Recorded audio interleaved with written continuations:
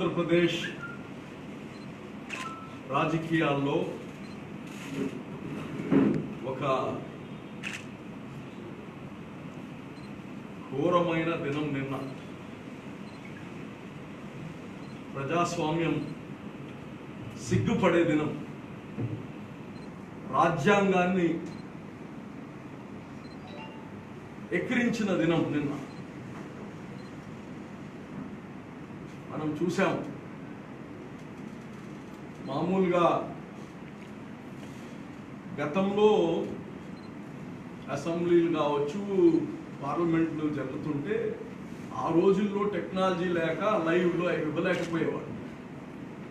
అయితే క్రమేణా వచ్చేప్పటికి ప్రతి చిన్న విషయము ప్రజల ద్వారా ఎన్నుకోబడిన నాయకులు అసలు ఏం జరుగుతుంది అనేది ప్రజలకి ప్రతిదీ ట్రాన్స్పరెంట్గా ఉండాలనే ఒక ఆలోచనతో లైవ్ ఇస్తా వచ్చారు. అసెంబ్లీ కావచ్చు, కౌన్సిల్ కావచ్చు. నిన్న విచిత్రం, జగన్మోహన్ రెడ్డి గారు నిన్న చేసిన పని కావాలని ఆ కాలేజ్ పిల్లకాయలు లేదా వీధి రౌడీలు గొడవ పడినట్టే ఉండింది మొత్తం. మీ అందరికీ తెలుసు, సిఆర్డిఏ దాన్ని స్క్రాప్ చేసేయడానికి, అంటే సిఆర్డిఏని తొలగించడానికి, అలాగనే కౌన్సిల్, ఎమ్మెల్సీల యొక్క కౌన్సిల్, లెజిస్లేటివ్ కౌన్సిల్ ఏదైతే ఉందో దాన్ని రద్దు చేయడం. రెండు బిల్స్ ప్రతి చిన్న పిల్లవాడికి తెలుసు. అది సెలెక్ట్ కమిటీకి పోయి ఉంది. సెలెక్ట్ కమిటీ దానికి ఒక నిర్ణయం ఇవ్వాల్సిన అవసరం ఉంది. మళ్ళా నిన్న ఏం చేశారు, అవే తీసుకొని వచ్చి కావాలని దానిపైన గొడవ చేయడం. మనం ఇప్పుడు ఉండే పరిస్థితి ఏంటి? కరోనాని అరికట్టలేక దారుణంగా విఫలమైన ప్రభుత్వం ఏదైనా ఉందంటే జగన్మోహన్ రెడ్డి గారి ప్రభుత్వం. నాకు ఎటువంటి సంకోచం లేదు, ఎవరితో అయినా నేను డిబేట్ చేయడానికి రెడీ దీనిపైన. అయితే నిన్న మీరు చూస్తే శాసన మండలికి మళ్ళా వీళ్ళు ఆ బిల్ని, వాళ్ళే ఎక్కువ మంది ఉన్నారు కాబట్టి మీకు శాసనసభలో పాస్ చేశారు, విచ్ ఈస్ అగెయిన్స్ లా, చట్ట విరుద్ధం. అది ఆల్రెడీ ఒక సెలెక్ట్ కమిటీలో పోయి వెయిటింగ్ ఫర్ దేర్ అడ్వైస్. అయితే నిన్న మీరు గమనిస్తే విచిత్రం, ఆయన స్పీకర్ గారు వైరల్ అయింది. అది మీరు అందరూ చూడొచ్చు. ప్రతి ఒక్కరూ ఆ యొక్క పార్టీలో మనసు సంపుకొని మానవత్వం లేకుండా అతని హుకుం వల్ల చేస్తున్నారని మీకు అందరికీ నిన్న ప్రజలందరికీ అర్థమైంది. చెప్తున్నాడు ఆయన, తమ్మినేని, ఏదో ఫుల్ పేరు, స్పీకర్ గారు ఏమయ్యా ఇంత అన్యాయంగా చేయించుకుంటున్నాడే అని చెప్తున్నాడు. మీరందరూ చూడండి, ప్రజలందరూ చూడొచ్చు. అంటే ఇంత ఘోరంగా మనం ఎప్పుడు కానీ ఇంత వితిన్ ది పార్టీ ఇంత ఆయనకి వ్యతిరేకంగా ప్రజా వ్యతిరేక చర్యలన్నీ కానీ వీళ్లతో ఇష్టం లేకపోయినా చేయించేది మనం అందరం గమనించాం. నేను ఇది జగన్మోహన్ రెడ్డి పాలన. డెమోక్రసీ లేదు, స్వేచ్ఛ లేదు, మొత్తం హుకుం భయంతో చేయించుకుంటా ఉన్నారు.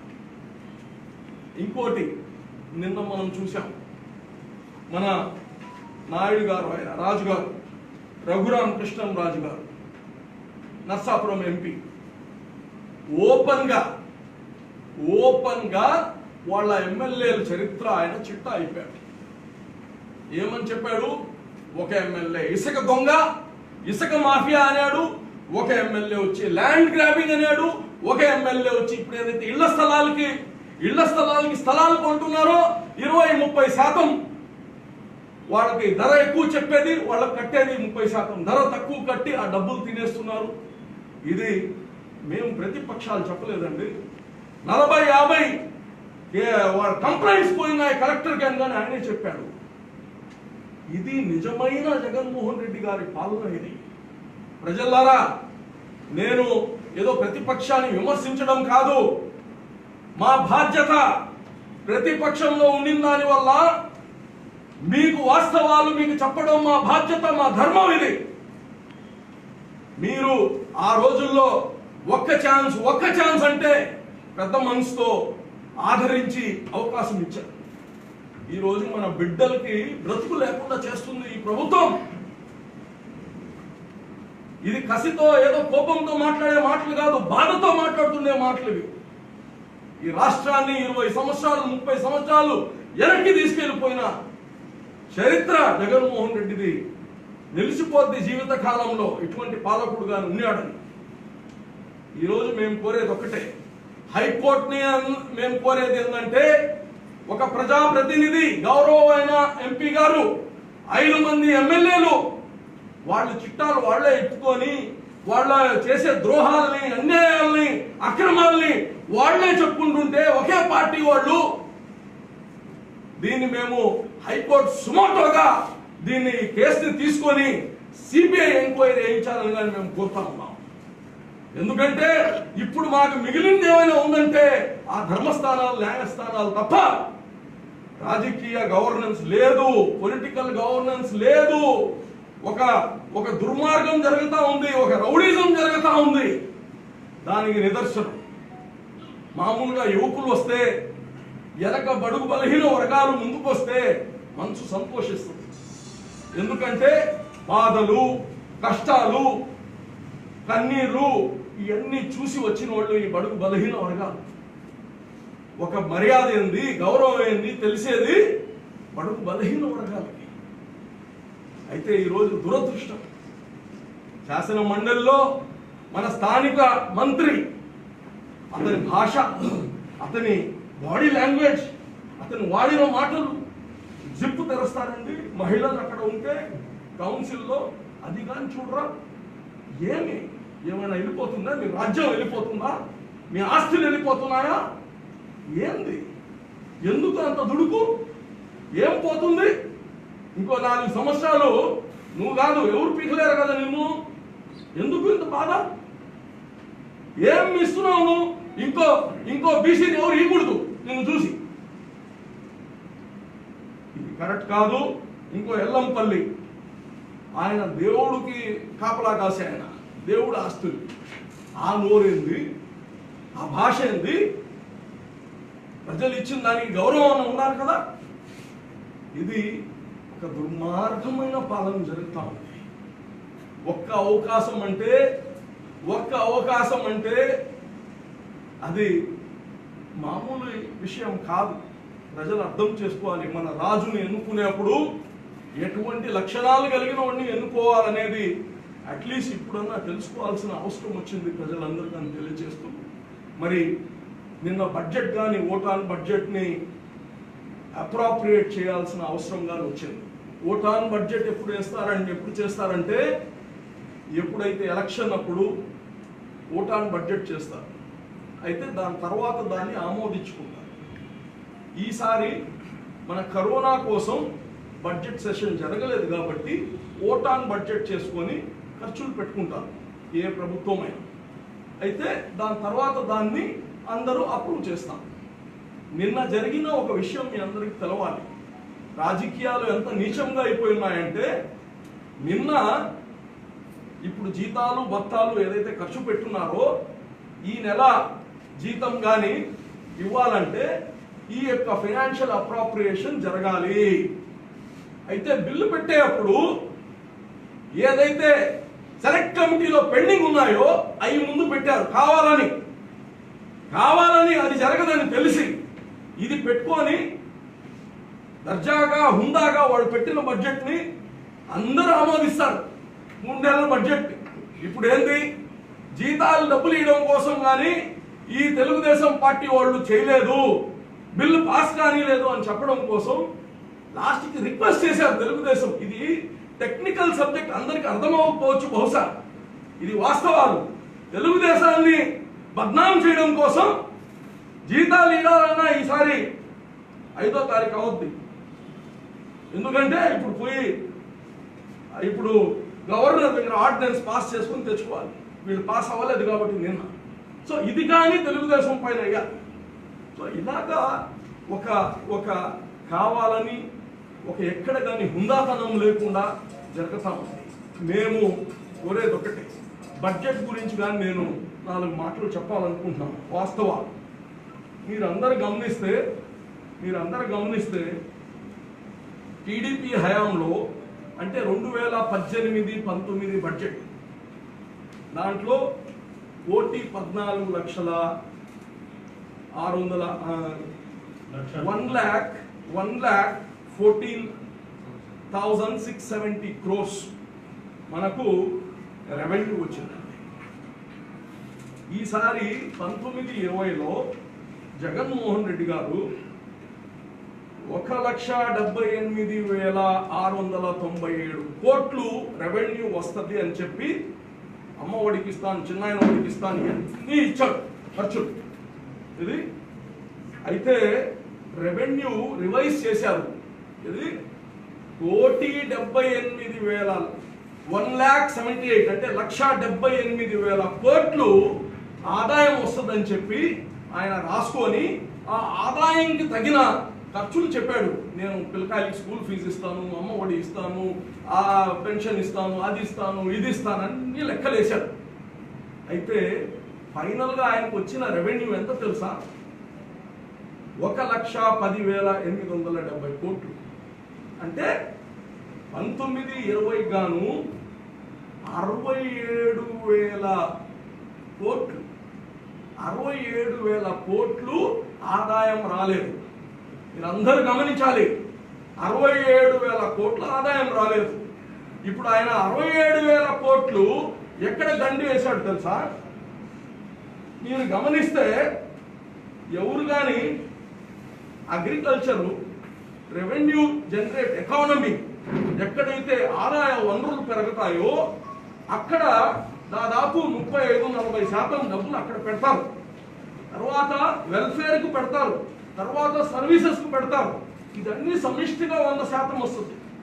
ఈయన తగ్గించింది ఎక్కడ తెలుసా? ఈయన తగ్గించింది అగ్రికల్చర్. రైతులంటే మాకు ప్రాణం, రైతుల కోసం ఏమైనా చేస్తామని చెప్తే పోయిన సంవత్సరము 18,327 కోట్లు బడ్జెట్ పెడితే ఖర్చు పెట్టింది ఎంత తెలుసా? 5,900 కోట్లు. ఇది 18,000 కోట్లు రైతుల కోసం పెట్టి బడ్జెట్ పెట్టగానే అందరూ స్వీట్లు లడ్డూలు అని తింటాం కదా, మాకు ఇచ్చేశాడు జగన్ అని. ఈరోజు లడ్లు తినేస్తాం. ఎవరికి తెలుసు బడ్జెట్? 18,327 కోట్లు అగ్రికల్చర్కి పెడితే 5,986 కోట్లు మాత్రమే ఖర్చు పెట్టారు. దీనికన్నా దారుణం ఏదైనా ఉందండి? అలాగనే రైతులకు సంబంధించిన యానిమల్ హస్బెండరీ, ఏది మన గొర్రెలు, ఆవులు, దీనికి నిన్న చెప్తున్నాడు బుగ్గన్న, గొర్రె, బర్రె, ఆవు ఇంటికి వచ్చిన వేళ ఏంది బిడ్డ వచ్చిన వేళ, గుడ్డు వచ్చిన వేళ, ఆవు లేని ఇంట్లో అన్నం తినకూడదు, పాలు తాగకూడదు, ఏమేమో చెప్తున్నాడు. వీళ్ళు ఒక మనం ఏమంటారు, ఋషులు, మునిలు, యోగి లాగా మాట్లాడుతున్నారు. వీళ్ళంతా భోగిలు, వీళ్ళు భోగిస్, యోగి లాగా మాట్లాడుతున్నాడు ఆయన. ఇంకోటి మాటలో ఒకటి చెప్పాడు, నేను మర్చిపోయాను మీకు చెప్పడానికి.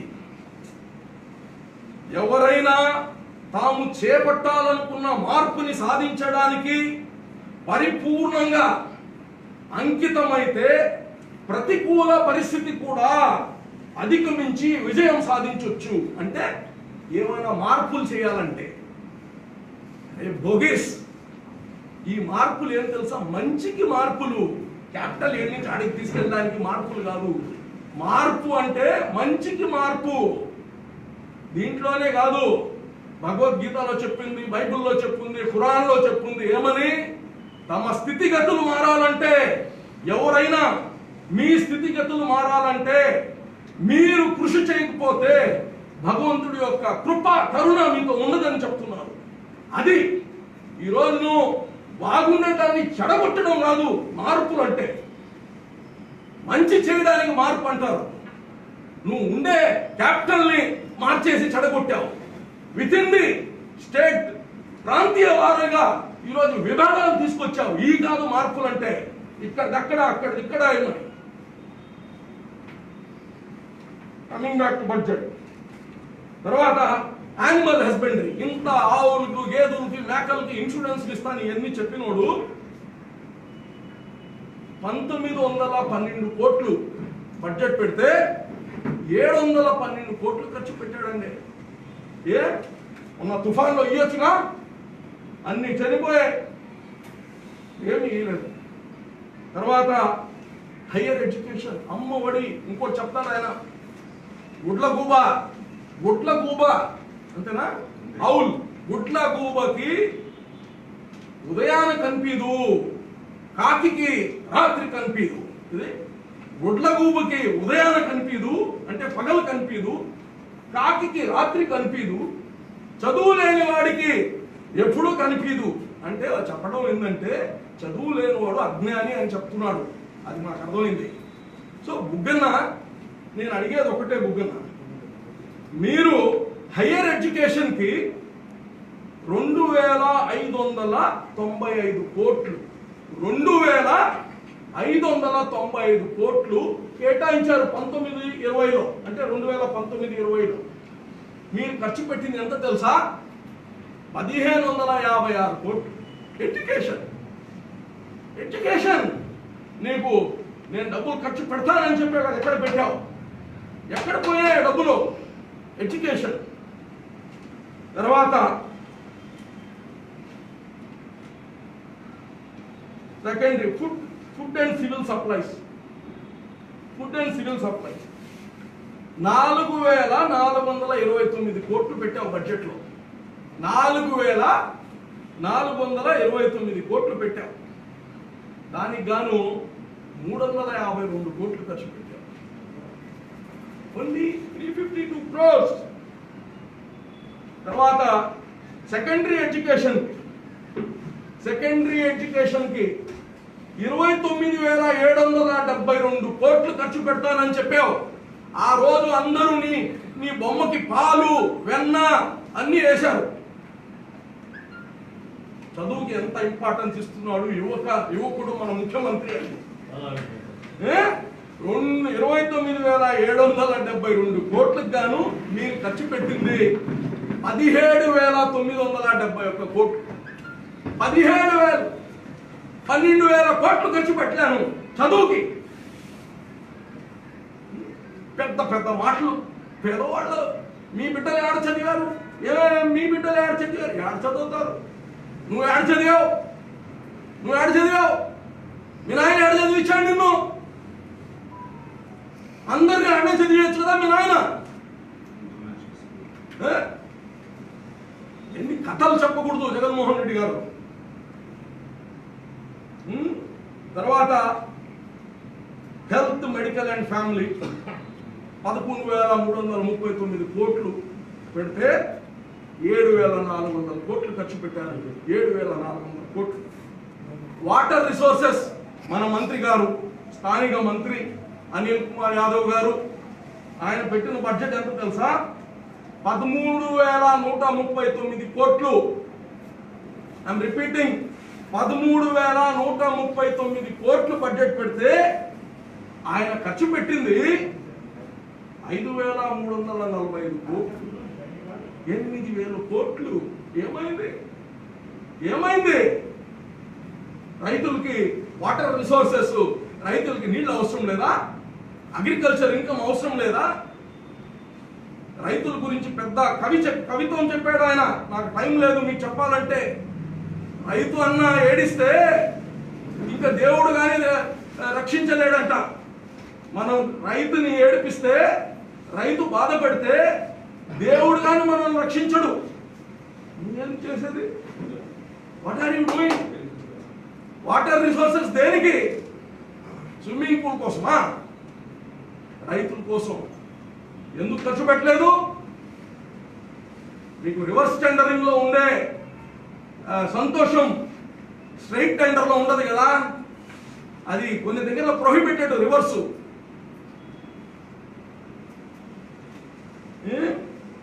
ఇన్ఫ్రాస్ట్రక్చర్ ఇన్వెస్ట్మెంట్ 569 కోట్లు పెడితే 170 కోట్లు ఖర్చు.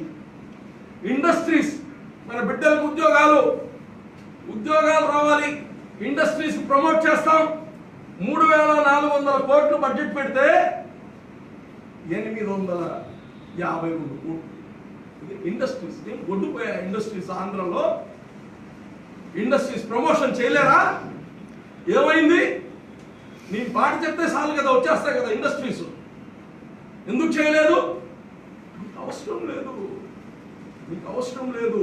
హిట్లరు వాళ్ళ యొక్క రాజ్యంలో వాళ్ళ క్యాబినెట్ మినిస్టర్స్ అందరిని పెట్టి ఒక కోడిని పెట్టి ఒక్కొక్క ఈక పిక్తారంట. కోడిని ఒక్కొక్క ఈక కరెక్టేనా నా లాంగ్వేజ్?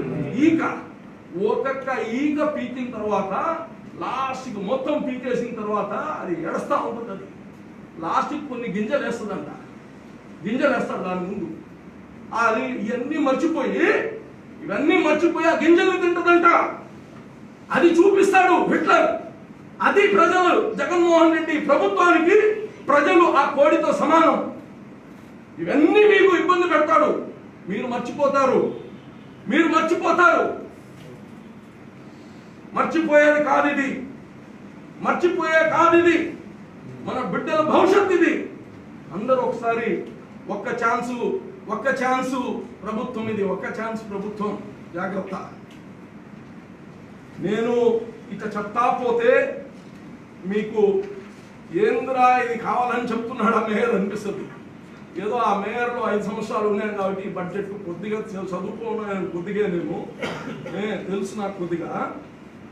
స్కిల్ డెవలప్మెంట్, వృత్తి నైపుణ్యం.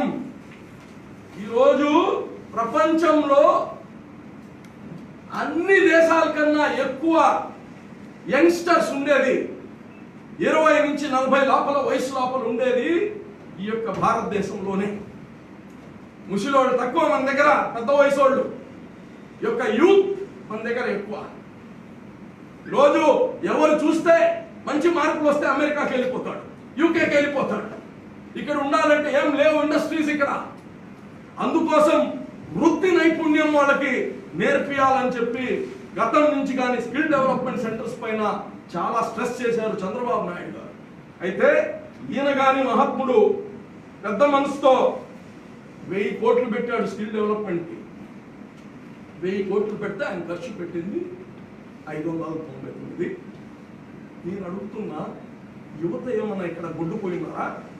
యువత లేరా? యువతకి ఎందుకు మీరు వృత్తి నైపుణ్యం కలిగట్లేదు? సెల్ఫ్ ఎంప్లాయ్మెంట్ అవుతారు కదా, ఎందుకు దానిపైన ఖర్చు పెట్టలేదు? లేదు. నీకు ఎక్కడ అది ఫ్రీ ఇస్తాను, గులాబ్ జామ్ ఫ్రీ ఇస్తా, లడ్డు ఫ్రీ ఇస్తా, నాకు ఓటేయండి, దీనికే తప్ప. నేను ఒకటే చెప్తున్నాను, ఈ ఆంధ్రప్రదేశ్లో ఉండే తల్లులందరికీ ఒకే ప్రశ్న అడుగుతున్నా. అమ్మా, మీ పూర్వీకులు సంపాదించిన ఆస్తిని నీ బిడ్డ అమ్మేసి బంగారు గాజులు చేసిస్తా అంటే సంతోషపడతావా? కష్టపడి 5,000 రూపాయలు సంపాదించిన దాంట్లో 300 రూపాయలు చీర తెస్తే సంతోషపడతావు తల్లి? ఈ జగన్మోహన్ రెడ్డి అదే చేస్తున్నాడు. సంపద సంపాదించట్లేదు ఈ రాష్ట్రానికి. సంపద లేదు, సున్నా.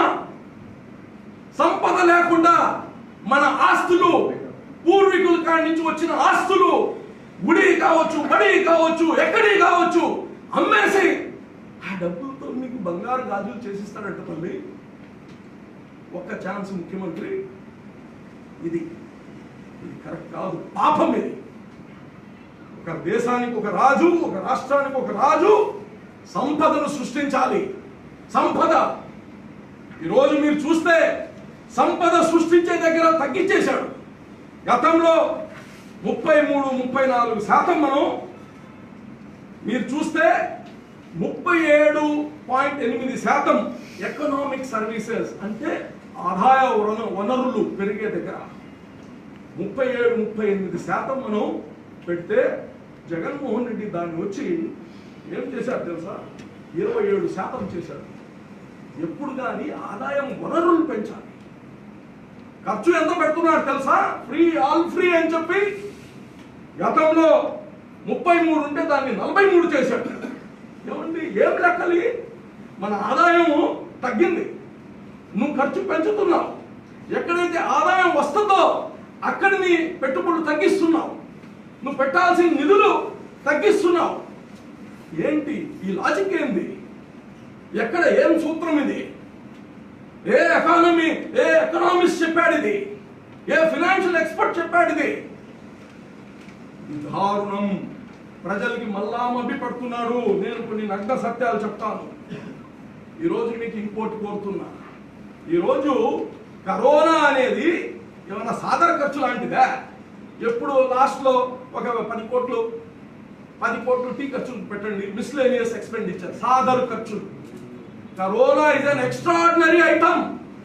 కరోనా అనేది ప్రపంచంలో ఒక ఎక్స్ట్రాడినరీ యాక్టివిటీ. ఈరోజు హెల్త్ ఎమర్జెన్సీ, ప్రాణాలు పోతున్నాయి. కరోనా గురించి ఈ బుక్కన్న ఏమైనా బడ్జెట్ ప్రొవిజన్ ఇచ్చాడా? కరోనా గురించి ఏమైనా మాట్లాడాడా? గతంలో మీరు చూడాలి, 11,399 కోట్లు పెడితే మెడికల్కి ఈసారి 11,419 కోట్లు పెట్టాడు. అంటే కరోనా లేనప్పుడు మనకు లోపల విషయాలన్నీ వద్దు. కరోనా లేనప్పుడు ఎంత పెట్టావు, కరోనా వచ్చిన తర్వాత ఎంత పెట్టావు, ఏంది లెక్కలది? ఎందుకు పెంచలేదు నువ్వు? కరోనాకి ఎందుకు పెంచలేదు? లడ్లు ఇవ్వడానికి ఫ్రీగా పెడుతున్నావు, కరోనాకి ఎందుకు డబ్బులు పంచలేదు? పెంచలేదు అంటున్నా నేను. ఎక్కడ? Where is the provision for corona? కరోనాకి ప్రొవిజన్ పెట్టలేని వాడు ఈ రాష్ట్రాన్ని పాలించే హక్కు ఉందా అని అడుగుతున్నా నేను. ఇప్పుడు ఉండే క్రైసిస్ ఏంటి? రోజు ఎంతమంది చనిపోతున్నారు? లక్షల మంది కాదు, ఈరోజు ఎక్స్పర్ట్స్ చెప్తున్నారు కోట్ల మందికి ఉంది ఈరోజు భారతదేశంలో. కోట్ల మందికి, లక్షలు కాదు. అన్ని డిస్క్లోజ్ చేయకుండా అన్ని ఆపేస్తున్నారు. గుండెలు పగిలిపోతాయి వాస్తవాలు తెలుసుకుంటే. నేను ఒకటే అడుగుతున్నా, మెడికల్కి గతంలో 2020లో బడ్జెట్లో మీరు పెట్టింది, ఇప్పుడు పెట్టింది ఆల్మోస్ట్ సేమ్. ఎందుకు పెంచలేదు? కరోనా లేదా మీకు? ఇదేమైనా నిమ్మగడ్డ రమేష్ మీరు ఆడుకునే ఆట అనుకునేలా ఇది? పాపాలు చేస్తున్నారు, పాపాలు. నేను ఇంకోటి మీకు చెప్తున్నా, ఇది ఒక డేంజరస్ ప్రభుత్వం, dangerous cabinet. Finance minister, shame on you, shame. Zoom పెట్టు, మాట్లాడతా నీతో. నేను ఒకటే అడుగుతున్నాను ప్రజలందరికీ, ఏమండి, కరోనా వచ్చిన తర్వాత మీకు 100 రూపాయల ఆదాయం వస్తుంటే కరోనాకు ముందు, కరోనా తర్వాత ఆదాయం తగ్గద్దా పెరగద్దా? మీరు మిత్రులారా మీరు చెప్పండి. మీ ఆదాయం, మీరు కంపెనీలు ఏదైతే కంపెనీలో కెమెరా పెట్టుకొని పనిచేస్తున్నారో వాళ్ళని పోయి అడగండి. కరోనా ముందు ఆదాయం ఉందా, కరోనా తర్వాత ఆదాయం ఉందా? ఆదాయం పెరిగిందా, ఆదాయం తగ్గిందా? ఈ భూమి పైన ఎక్సెప్ట్ వైఎస్ఆర్సీపీ వాళ్ళకి తప్ప ఈ భూమి పైన అందరి ఆదాయాలు తగ్గిపోయాయి. నేను మిమ్మల్ని కోరేది ఒకటే, నేను ఒకటే కోరుతున్నా. పోయినసారి నీకు వచ్చిన రెవెన్యూ 1,10,000 కోట్లు, నువ్వు రావాలనుకునింది 1,78,000 కోట్లు వస్తాయని ఊహించావు. ఊహించి లెక్కలు రాస్తే నీకు 1,10,000 కోట్లే వచ్చింది రెవెన్యూ. నేను ఇప్పుడు అడుగుతున్నా, కరోనా ముందు ఇది అంటే 15-20 రోజులే. మన కరోనా ఫిబ్రవరి 26 నుంచి 4 నుంచి స్టార్ట్ అయింది, ఇది 31 వరకు. ఇప్పుడు కరోనాలో ఉన్నాం. ఇప్పుడు 1,10,000 కన్నా మన ఆదాయం తగ్గద్దా పెరగద్దా? ఏమండి, తగ్గద్దా పెరగద్దా? ఇప్పుడు కానీ వీడు దుర్మార్గుడు, మీరు పాలు పోయాలి నీళ్లు పోయాలి కాదు, ఇంకేదో పోస్తారు ఈసారి నీకు. ఎందుకంటే ఈసారి కానీ నీకు ఎంత ధైర్యం లేకపోతే 2,24,00,000 కోట్లు బడ్జెట్ పెడతావు. 2,24,00,000 కోట్లు 24,000 కోట్లను బడ్జెట్ పెడుతున్నావు. నీ ఆదాయం వచ్చి ఎంత చూపిస్తున్నావు అంటే అంత చూపిస్తున్నావు. నేను ఒకటే చెప్తున్నా, 80,000 కోట్లు ఆదాయం లేనిది మీకు ఊరికనే లడ్డు గులాబ్ జామున్ చూపిస్తున్నాడు. ఈడ ₹1 అప్పు ఇది రాష్ట్రానికి, ₹1 కానీ అప్పు రాదు. ఎందుకంటే మనం బ్యాంక్రప్సీలో ఉన్నాం, ఫిజికల్ డెఫిసిట్ ఉంది, జీతాలు గీయడానికి డబ్బులు లేవు. నేను చెప్పేది రాష్ట్రానికి ఎవరు ఇస్తారు? నువ్వు మొన్న కేంద్రం నుంచి 35,000 కోట్లు వస్తాయని 24 కోట్లు వచ్చింది, 24,000. ఇప్పుడు అబద్ధాలు చెప్తారు, అన్ని అబద్ధాలు. కరోనాలో ఎవరైనా 1,10,000 కోట్లు పెట్టుకొని నువ్వు ఆదాయం, ఇప్పుడు మళ్ళా 1,80,000 కోట్లు వస్తుందంటావే, అది పడేది 1,10,000 కోట్లు కాస్త 70,000 కోట్లు అవుతుంది. ఇప్పుడు కరోనాకి 30% అన్న తగ్గదా ఆదాయం? 30% తగ్గదా ఆదాయం ఈ కరోనాలో? ఏంది ఇది? ఎవరికి చెవులో పువ్వు పెడుతున్నారు మీరు? ఇది పాపం. ఇటువంటి ఘోరమైన ప్రభుత్వాన్ని చూడలేదు, ఇటువంటి తప్పుడు లెక్కలు చూపించే వాళ్ళని చూడలేదు. ఈ బడ్జెట్ అన్ని మడిచి పెట్టుకొని కానీ పనికిరాదు ఇది. నేను ఒకటే చెప్తున్నా, ప్రజల్ని దీన్ని మరీ ఇంత కూల్గా చూడొద్దు. Thank you.